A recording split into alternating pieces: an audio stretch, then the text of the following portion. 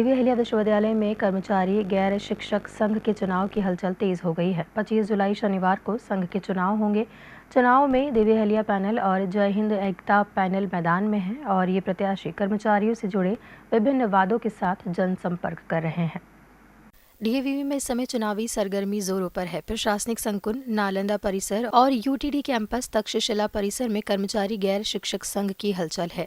RNT मार्ग स्थित प्रशासनिक संकुल में चारों तरफ चुनावी बैनर पोस्टर नजर आ रहे हैं। 25 जुलाई शनिवार को होने वाले इन चुनावों में दो पैनल, देवी अहिल्या पैनल और जय हिंद एकता पैनल के बीच मुख्य मुकाबला है। देवी अहिल्या पैनल की ओर से चेन सिंह यादव अध्यक्ष और रमेश कुशवाहा महासचिव पद के उम्मीदवार है। वहीं जय हिंद एकता पैनल की ओर से अध्यक्ष पद के लिए महिला उम्मीदवार सियावती लोनारे मैदान में है और कमल जायसवाल महासचिव पद के प्रत्याशी होंगे। दोनों पैनल के प्रत्याशी नालंदा और तक्षशिला परिसर में डीएवीवी के कर्मचारियों के बीच जाकर जनसंपर्क कर रहे हैं।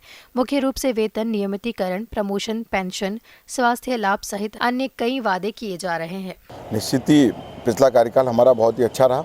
पूरे प्रदेश में एकमात्र विश्वविद्यालय हमारा था जहां अनुकंपा नियुक्ति की जीरो पेंडेंसी थी और नए कार्यकाल में भी हमारा जो प्रमुख मांग रहेगी वो रहेगी क्लास 3 और क्लास 4 के जो हमारे स्थायी कर्मचारी हैं उनका नियमितीकरण हो। सबसे प्रमुख मांग ये रहेगी, हमारी प्रमुख मांग रहेगी कि हमारे जो समयमान वेतनमान से जो कर्मचारी अभी तक लाभान्वित नहीं हो पाए, तृतीय समयमान, चतुर्थ समयमान के जो कर्मचारी हैं उसके बैठक की तकरीबन सीआर कंप्लीट हो गई है और उनकी बैठक हम अतिशीघ्र कराएं, उसके लिए हम प्रयासरत हैं। साथ ही हम प्रयासरत हैं कि हमारे जो अंकुर समता आवास गृह हैं उनकी जो मरम्मत का कार्य उसके लिए हम बहुत प्राथमिकता पे रख रहे हैं। हम नवीन चरण हमारे विगत 4-5 वर्षों से विश्वविद्यालय में कर्मचारियों के आवासों में किसी तरह का नया निर्माण कार्य नहीं हुए।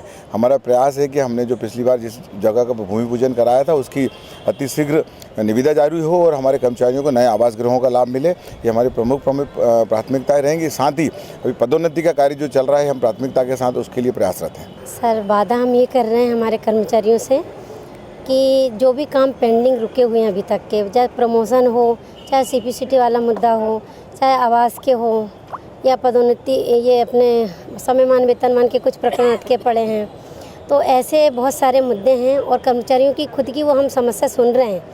तो हम चाह रहे हैं कि चुनाव के बाद में उसका सूचीबद्ध करें और फिर प्रशासन से उसके सामने समक्ष रखें हम सारी बातों को लेके। तो हमारा ये उद्देश्य है कि कर्मचारियों का जितना ज़्यादा हो सके वो यूनियन के माध्यम से हम भला कर सकें। 25 जुलाई को सुबह 11:30 बजे से दोपहर 2:30 बजे तक मतदान होगा, जबकि दोपहर 3 बजे से मतगणना शुरू होगी। परिणाम देर शाम आएंगे। चुनाव में 467 मतदाता मतदान करेंगे। दोनों ही पैनल का मानना है कि चुनाव बेहद सौहार्दपूर्ण माहौल में हो रहे हैं। दोनों पैनल एक दूसरे के प्रत्याशियों का पूरा सम्मान करती हैं। आप देखेंगे कि लगभग 1 दशक से हम लोग विश्वविद्यालय के कर्मचारी साथियों की सेवाएं कर रहे हैं और निश्चित ही मेरे सामने जो भी मेरी बहन खड़ी हुई है बहुत ही सरल और मैं सोचता हूँ बहुत ही सरल भी हैं, पर उनको चूंकि मैं उनकी हिम्मत की दाद देता हूँ कि इतने सारे पुरुष उम्मीदवार उनके पास होने के बावजूद भी एक बहन को उन्होंने हमारे सामने खड़ा। निश्चित ही बहुत सरल हैं, पर हम तो अपने कामों के आधार पर अपनी मांगे कर अपना चुनाव लड़ रहे हैं और निश्चित ही हमारे द्वारा जो किए गए कार्य हैं पूरे प्रदेश में, चूँकि हमने सबसे पहले मेडिक्लेम लागू कराया, हमने कर्मचारियों को लगभग 84 से 85 लाख रुपये का मेडिक्लेम का इलाज कराया।